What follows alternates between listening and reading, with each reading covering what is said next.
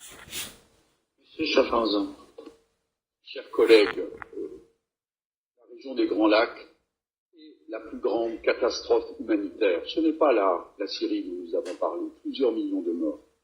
C'est un pays que je connais bien comme président de l'Institut européen de coopération.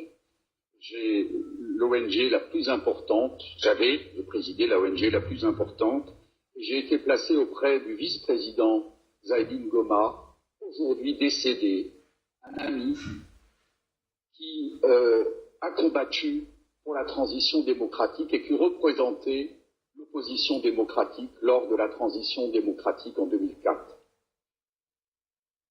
Il a donné la vie pour son pays. Parlons de démocratie, je voudrais vous rappeler une histoire que je connais bien, dont j'ai été moi-même acteur. En République démocratique du Congo, l'opération dite des rebelles masquait une invasion organisée par les États-Unis qui utilisait Laurent-Désiré Kabila. Pendant qu'il avançait, les envoyés de Clinton signaient des contrats sur les mines, comme les hommes de Biden actuellement en Ukraine. Parlons de démocratie.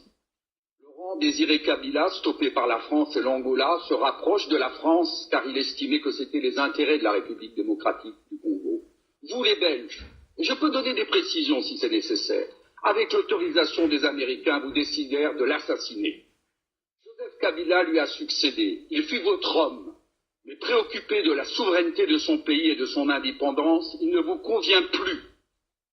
La RDC a besoin de stabilité et non de votre interventionnisme orienté selon des intérêts variables. Toute nouvelle instabilité dans cette zone équivaut à condamner à nouveau à mort des millions de civils. C'est toute l'Afrique subsaharienne qui s'enfoncera dans le chaos si cette région tombe à nouveau dans le chaos. Ce dont l'Afrique a besoin, c'est de souveraineté, de développement autocentré, que des gouvernements légitimes se préoccupent des peuples africains et de son développement. Oui à la démocratie souveraine, d'une vaste coalition démocratique avec Joseph Kabila pour l'avenir de cette région où l'interventionnisme occidental a tué de 4 à 5 millions d'Africains de la région des Grands Lacs. Ce dont les Africains ont besoin, c'est d'être maîtres chez eux. Monsieur Schaffhauser. Chers collègues, la région des Grands Lacs est la plus grande catastrophe humanitaire. Ce n'est pas la Syrie dont nous avons parlé, plusieurs millions de morts. C'est un pays que je connais bien comme président de l'Institut européen de coopération.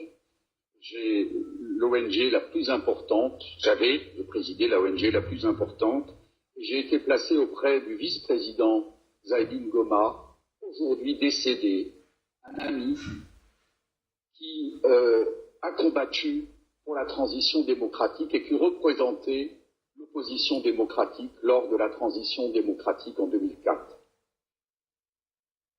Il a donné la vie pour son pays. Parlons de démocratie, je voudrais vous rappeler une histoire que je connais bien, dont j'ai été moi-même acteur. En République démocratique du Congo, l'opération dite des rebelles masquait une invasion organisée par les États-Unis qui utilisait Laurent-Désiré Kabila. Pendant qu'il avançait, les envoyés de Clinton signaient des contrats sur les mines, comme les hommes de Biden actuellement en Ukraine. Parlons de démocratie. Laurent-Désiré Kabila, stoppé par la France et l'Angola, se rapproche de la France car il estimait que c'était les intérêts de la République démocratique du Congo. Vous les Belges, et je peux donner des précisions si c'est nécessaire, avec l'autorisation des Américains, vous décidèrent de l'assassiner. Joseph Kabila lui a succédé. Il fut votre homme, mais préoccupé de la souveraineté de son pays et de son indépendance, il ne vous convient plus. La RDC a besoin de stabilité et non de votre interventionnisme orienté selon des intérêts variables.